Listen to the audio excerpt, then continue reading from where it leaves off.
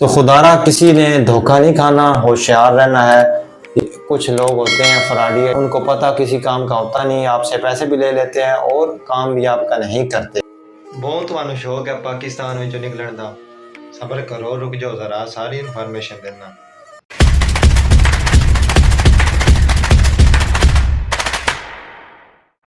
अस्सलाम वालेकुम, कैसे हैं सब भाई? खैरियत से हैं? उम्मीद है अल्लाह तबारक व तआला आप सब भाइयों को खुश रखे, आबाद रखे, जहाँ भी रहें हंसते रहें, मुस्कुराते रहें।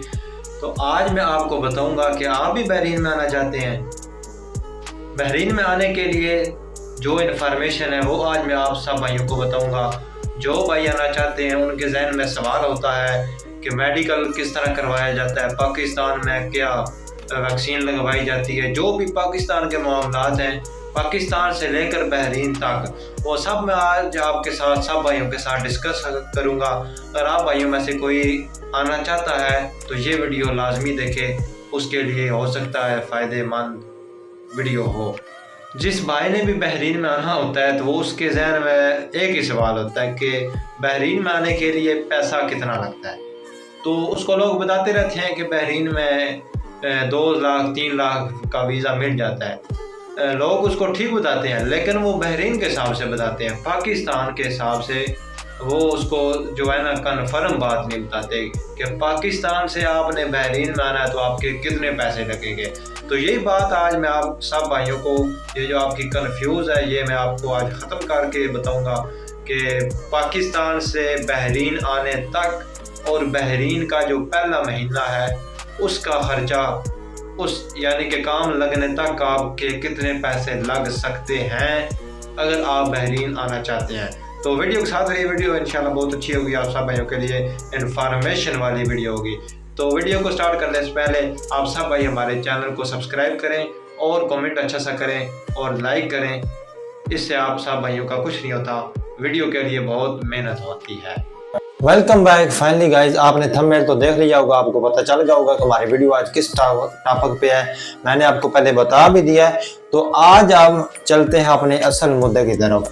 तो टाइम आता है कि पाकिस्तान से जब हमने बहरीन का प्रोसेस शुरू करना है तो सबसे पहले आपने अपने किसी एजेंट या किसी दोस्त या जो आपका जानने वाला बहरीन में हो उसके साथ आपने रब्ता करना है। अगर वो आपको यहाँ से वीज़ा देता है तो अच्छी बात है, अगर आप पाकिस्तान से लेते हैं तो बहुत मुश्किल है, आपको बहुत ज़्यादा महंगा मिलेगा। अगर आपका कोई जानने वाला बहरीन में है तो आपका कम पैसों में ही काम हो जाएगा। अगर आपका वो जानने वाला आपके यानी कि असल हमदर्द है, यानी कि आपका दर्द रखने वाला है, आपकी जो है आपके पैसों की वो बचत करने वाला है, यानी कि आपकी इज्जत करने वाला हो, तो आपके पैसों की बहुत ज्यादा बचत हो सकती है, वरना आप धोखा खा सकते हैं। तो कुछ भाई यहाँ पर आते हैं, वो तकरीबन 9-10 लाख रुपया इधर दे यानी कि एजेंट को दे कर आते हैं। तो फिर इधर आकर जलील होते हैं, ना ही उनको कोई काम मिलता है और ना ही उनका जो है CPR वगैरह जो यहाँ की नेशनलिटी मिलती है वो भी उनको नहीं बनवा के देते, उनको यहीं ला कर छोड़ देते हैं पैसे लेकर। तो जो है ना, सबसे पहले आपने काम ये करना है कि आपने कोई बंदा एतमाद वाला ढूंढना है जिस पर आपको एतमाद हो। तो सबसे पहले आपका एतमाद हो गया, बंदे से आपका राब्ता हो गया, तो जो है ना आपको पाकिस्तानी जो है ना मेडिकल करवाना है। पाकिस्तान में किसी भी मेडिकल सेंटर में जाना है तो आपने सबसे पहले अपना मेडिकल करवाना है।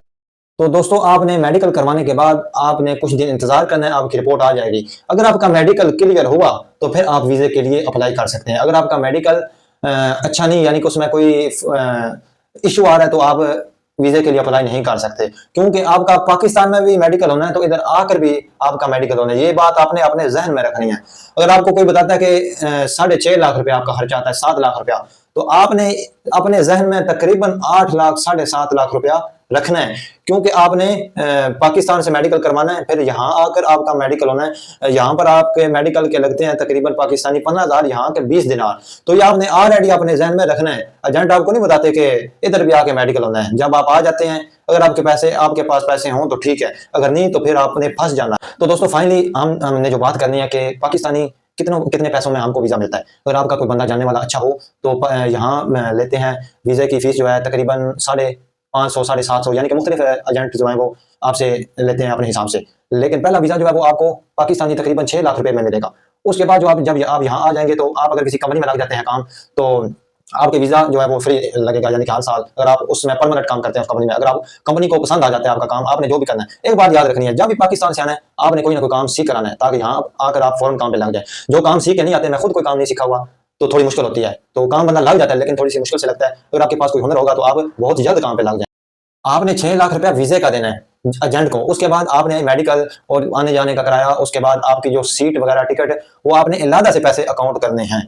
6 लाख आपका वीज़े का हो गया। पाकिस्तान से तकरीबन टिकट होती है 70-80, कई दिन जो होते हैं लाख तक भी चली जाती है, लेकिन ये मुख्तलिफ होता है, यानी कि महीने के हिसाब से होता है, किस महीने में आप आ रहे हैं, तो मुख्तलिफ रेट्स होते हैं जो टिकट के होते हैं। तो रेट्स के अलावा आपने मेडिकल का 25-26 हज़ार आपने लगाना है। उसके बाद आपको 8,000 रुपये की वैक्सीन अलग लगनी है। जो वैक्सीन अगर आपको नहीं लगी होगी तो आपका वीज़ा यहाँ से रिजेक्ट हो जाएगा। तो खुदारा किसी ने धोखा नहीं खाना, होशियार रहना है। कुछ लोग होते हैं फराडी एजेंट, उनको पता किसी काम का होता नहीं, आपसे पैसे भी ले लेते हैं और काम भी आपका नहीं करते। तो आप पाकिस्तान से यहाँ बहरीन आ जाते हैं, तो आपने जहन में रखना है कि आप जो 1 महीना फ्री बैठेंगे, 1 महीने का आपके पास पैसे होने चाहिए। अगर आपका कोई जानने वाला है फिर तो बेस्ट हो गया। अगर आपके जानने वाला कोई नहीं तो रूम रेंट ऑलरेडी आपने 30 दिनार अपनी जेब में रखने हैं, वो आपने हर हालत में देने हैं, क्योंकि रूम नहीं होगा तो आप यहाँ पर रहने के किसी के पास रह नहीं सकते। और उसके बाद आपने खाना खाना है, 25 दिनार उसके आपके पास होनी चाहिए। उसके बाद आपने पैकेज लगवाना है 10 दिनार, यानी 1 महीना आपने फ्री बैठना, तो आपके पास 50 दिनार आपके पास होने चाहिए। अगर ये नहीं होंगे तो आपके लिए बहुत मुश्किल हो सकती है। तो उम्मीद है आपको ये थोड़ी सी इन्फॉर्मेशन मैंने दी होगी, तो ये आपको अच्छी लगी होगी। अच्छी लगे तो कमेंट में लाजमी बताना। अगली इंशाल्लाह मैं वीडियो आपके बनाऊंगा कि आप बहरीन में आ जाते हैं तो आपका कितना खर्चा मंथली होता है, तो आप किस तरह काम पे लगते हैं, जो भी अगली डिटेल है वो अगली वीडियो में मैं बताऊंगा। तो आपको उम्मीद अच्छी वीडियो लगी होगी। अच्छी लगे तो सब्सक्राइब, लाइक और एक अच्छा सा कमेंट करना है। बाकी दे दिए आप मुझे इजाज़त। इंशाल्लाह मिलते हैं किसी नेक्स्ट वीडियो में। अल्लाह हाफिज़।